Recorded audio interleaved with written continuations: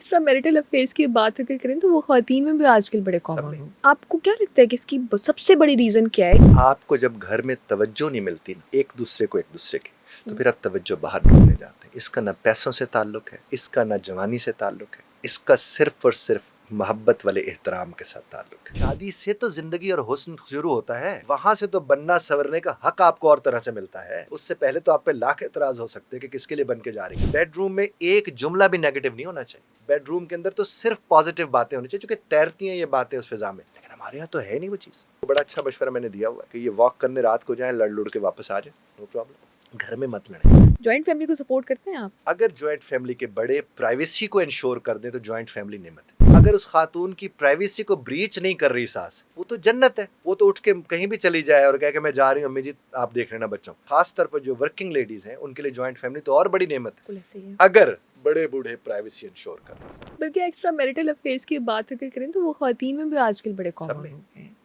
और इस आपको क्या लगता है कि इसकी सबसे बड़ी रीज़न क्या है कि आपको क्या घर से वो एहतराम नहीं मिल रहा कि आप बाहर जा जाके किसी और के साथ रिलेशनशिप कर रहे हैं? आपको जब घर में तवज्जो नहीं मिलती ना एक दूसरे की, तो फिर आप तवज्जो बाहर ढूंढने जाते हैं। इसका ना पैसों से ताल्लुक है, इसका ना जवानी से ताल्लुक है, इसका सिर्फ और सिर्फ मोहब्बत वाले एहतराम के साथ ताल्लुक है। अगर बीवी को उसका शौहर अच्छी तरह सुनता है, उसका एहतराम करता है, उसका ख्याल रखता है, सवाल ही पैदा नहीं होता वैसे कोई हरकत कर। इसी तरह अगर औरत ये करती तो सवाल ही पैदा होता है वो बाहर जाए। ये सिर्फ होता तभी है जब आपके क्लियर बाउंड्रीज नहीं होती, आप एक दूसरे से छुपने छुपाने वाली हरकतों में लगे रहते हैं, और वो तभी आप लगते हैं ना जब आपको, अब देखिए ना, आपको अगर आपके घर में औरत ही हसीना आलम लगे तो आप क्यों किसी हसीना के पीछे जाएंगे? कभी भी नहीं। और अगर वही शौहर आपको साथ उसी तरह से बावकार आदमी हो, वो आपका एहतराम करता है, वो अच्छा लगता है, वो इतवार वाले दिन भी ऑफिस से ज्यादा खूबसूरत लग रहा होता है, तो फिर तो कमाल हो गया। हमारे इतवार वाले दिन तो वो धोती पहन के फिर रहे होते हैं, बुनैन पहन के।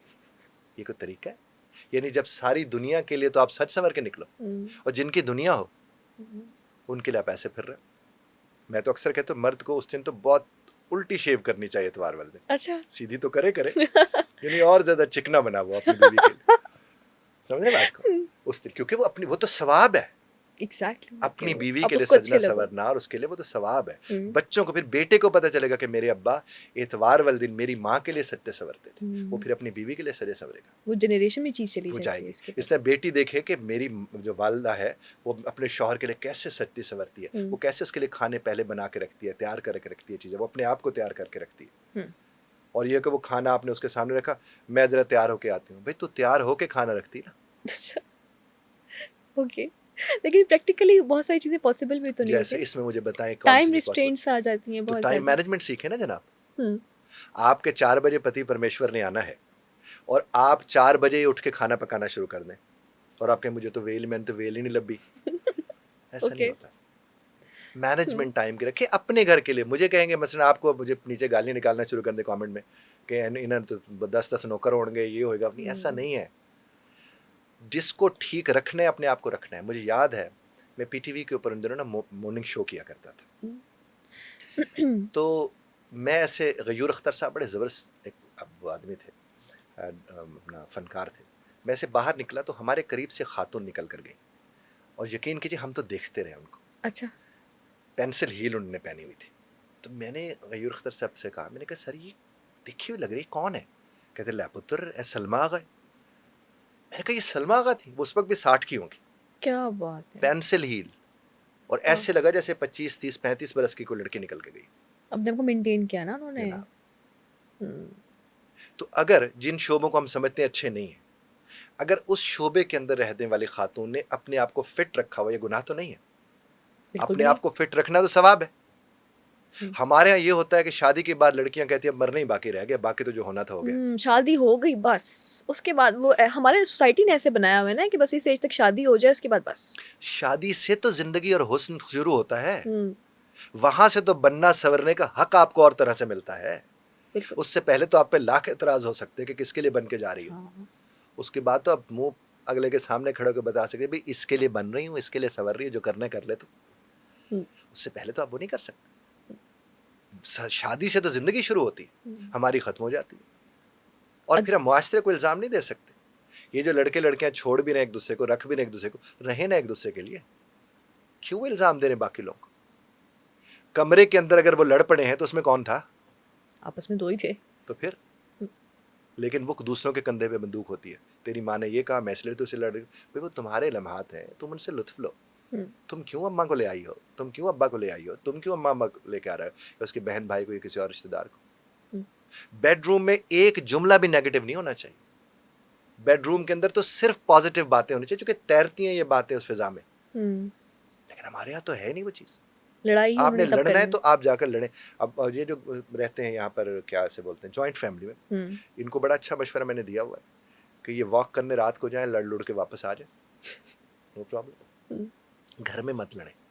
और अक्सर अब जा रहे हैं माशाल्लाह से, ये जो रात को अंदर वॉक करने जा रही हूँ, ये वॉक करने जा रही हूँ, ये लड़ने जा रहे होते, ओके। लड़ लुड़ के वापस आते, तेरी बहन ने आज ये कहा, तेरी माँ ने आज ये कहा। वो आगे से जो बहुत ज़्यादा एक्सपीरियंस शौहर, वो कहते आहो जी हाँ ठीक तो नहीं, चंगी गल तो नहीं, अच्छा मैं कमांगा, ये खुश हो जाए बस। बस ये खुश है।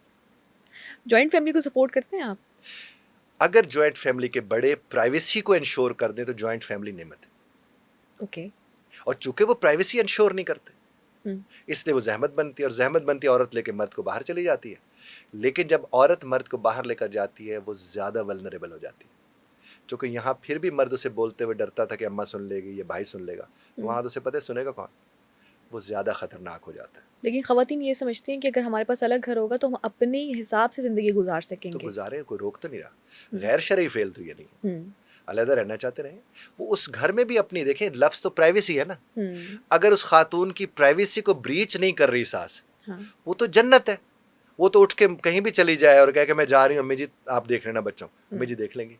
और अगर अब वो अकेली रह रही है तो उसके बच्चे कौन देखेगा? वो जाती है 15 किलोमीटर दूर नानों के यहाँ छोड़ने, फिर वो कहीं जा सकती है, इधर तो वो बच्चों को छोड़ के जा सकती है। और ख़ास तौर पर जो वर्किंग लेडीज़ हैं उनके लिए जॉइंट फैमिली तो और बड़ी नेमत है। बिल्कुल ऐसे ही है। अगर बड़े बूढ़े प्राइवेसी इंश्योर कर, अगर वो इंटरफेयर करें, सवेरे सवेरे उठ दिए, तैयार होकर चली जाती है, सानू पूछती नहीं।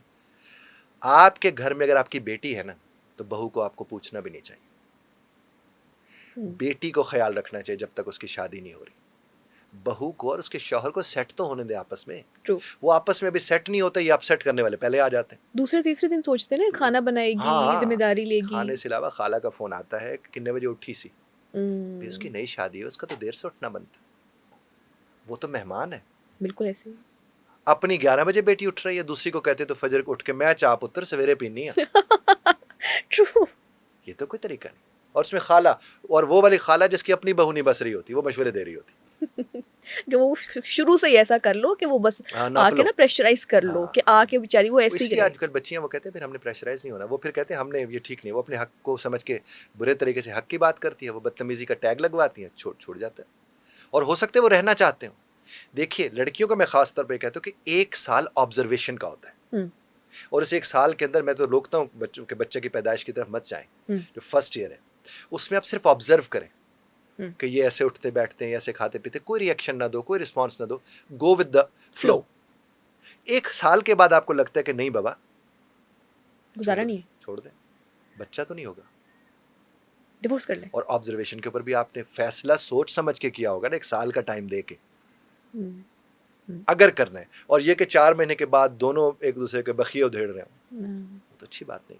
तो यही ऑब्जर्वेशन क्या शादी से पहले नहीं हो सकती?